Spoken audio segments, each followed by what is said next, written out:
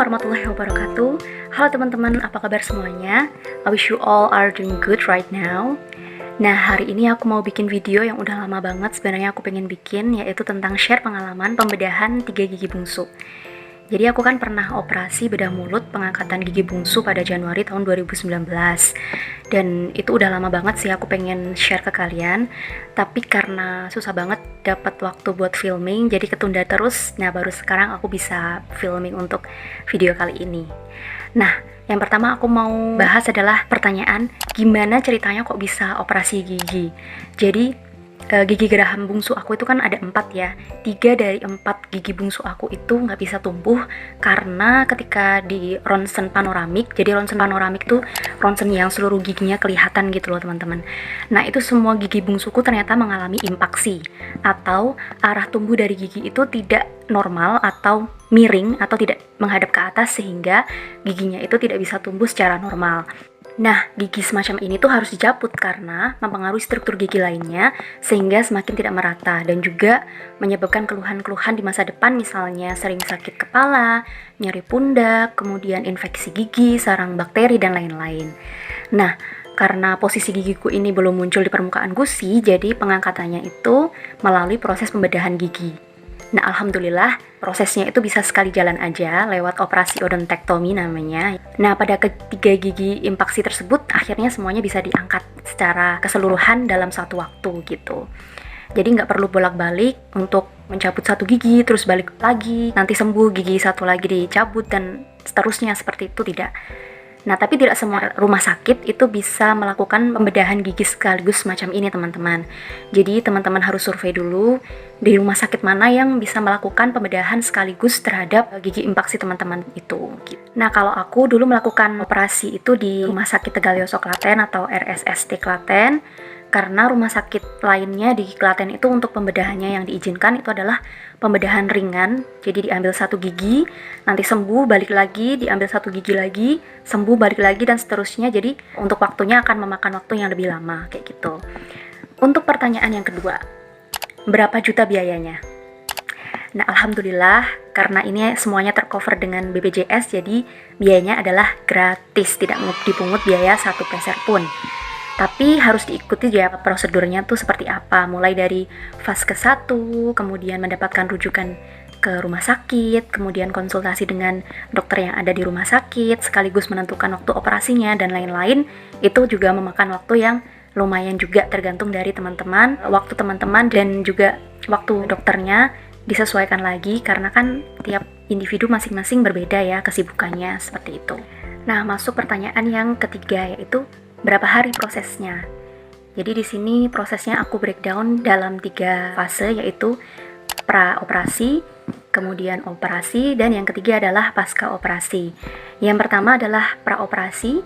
Di sini hari pertama aku sebut dia sebagai pra-operasi karena di sini kita melakukan segenap tes darah, kemudian tes urin untuk memastikan kenormalan kadar dalam darah kita, apakah normal atau tidak, sekaligus untuk mengetahui apakah kita memiliki riwayat penyakit gula atau tidak. Karena kalau kita memiliki kadar gula dalam darah kita tinggi, operasinya bisa otomatis diundur sampai waktu yang belum ditentukan, yaitu ketika gula darah kita itu normal kembali. Karena ketika melakukan proses pembedahan tidak boleh ya gula darah yang tinggi, karena ini dapat menyebabkan luka dari bekas operasi itu tidak cepat menutup, seperti itu. Nah, setelah melakukan serangkaian proses pengujian darah di lab, kemudian kita masuk ke kamar opnam. Di kamar opnam kita dicek lagi, ada cek alergi, kemudian dipasang infus, dan kemudian malamnya kalau nggak salah kita udah mulai puasa untuk mempersiapkan diri menjalani operasi besok harinya. Kemudian ketika pelaksanaan operasi ya, ini hari kedua.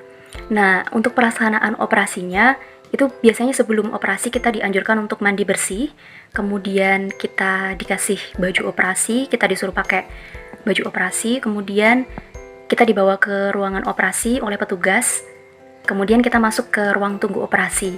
Nah, di ruang tunggu operasi ini kita disuntik bius.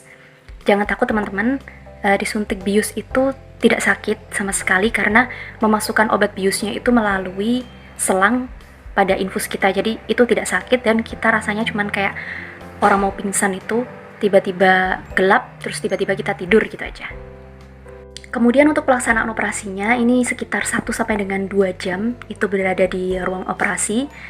Dan setelah kita selesai menjalani operasi, itu nanti kita akan didorong ke ruang tunggu operasi lagi, sampai dengan kita sadar, kemudian kita diantar kembali ke ruang opnam.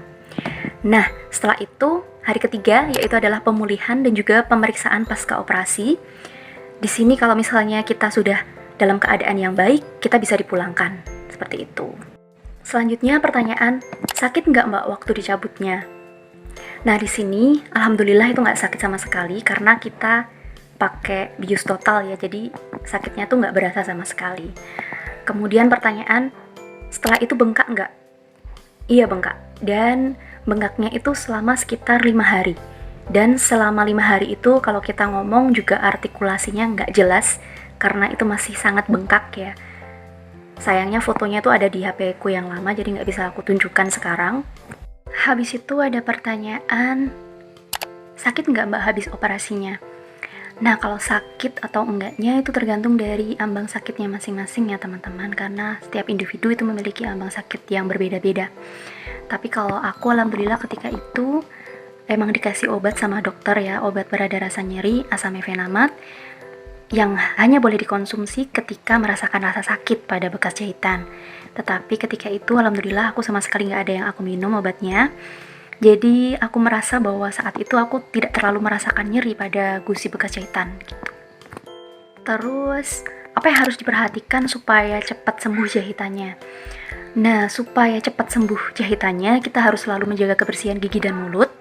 Kemudian membiasakan kumur dengan antibiotik ya, karena memang dikasih obat kumur antibiotik dan itu sebaiknya digunakan ketika kita selesai gosok gigi.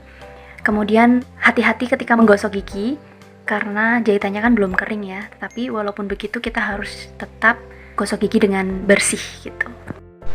Tambahan ya teman-teman, jadi setelah melakukan operasi itu tidak dianjurkan untuk memakan makanan yang keras. Kemudian pertanyaan, proses sampai sembuhnya tuh berapa lama? Jadi setiap seminggu sekali itu harus kontrol ya teman-teman. Setiap kontrol nanti dilihat jahitannya, biasanya tuh dikasih cairan antibiotik di jahitannya itu. Kalau ada infeksi ntar ada tindakan lagi, tapi kalau aku alhamdulillah karena saat itu aku selalu menjaga kebersihan gigi dan mulut, jadi nggak ada masalah yang berarti, bahkan nyeri pun juga nggak terlalu kerasa gitu ya. Kemudian kontrol yang kedua itu alhamdulillah udah dilepas benang jahitnya. Jadi ini tergantung dari kita sendiri, bagaimana kita menjaga luka tersebut, bagaimana kita menjaga kebersihan gigi dan mulut juga, itu mempengaruhi cepat atau tidaknya proses dari penyembuhan itu sendiri. Dan ini adalah pendapat pribadi dari aku ya teman-teman. Kalau misalnya disuruh milih antara operasi sekaligus 3 gigi dicabut sekalian atau harus satu-satu gigi yang dicabut, aku mending yang langsung aja, karena kalau yang langsung itu kita pakainya bius total dan masalahnya cepat selesai. Tetapi kalau misalnya kita dicabut satu kemudian nanti sembuh cabut lagi dan seterusnya, itu akan lebih lama. Yang pertama. Yang kedua adalah teman-teman akan di bius lokal dan itu jauh lebih sakit daripada bius total. Nah, jadi gitu ya teman-teman. Jadi kalau misalnya ada teman-teman yang gigi dewasanya tuh belum pas 32, padahal usia teman-teman udah lewat dari 25 tahun, berarti gigi geraham bungsu teman-teman tuh ada yang impaksi. Atau dalam rentang usia 17 sampai dengan 25 tahun, tetapi pertumbuhan gigi bungsunya itu miring atau tidak normal, sehingga menimbulkan rasa sakit pada gusi, lebih baik dikonsultasikan kepada dokter gigi, supaya nanti diketahui tindakan apa yang harus dilakukan. Jangan takut, apa yang akan terjadi itu sebenarnya tidak menakutkan dari apa yang kita pikirkan gitu teman-teman.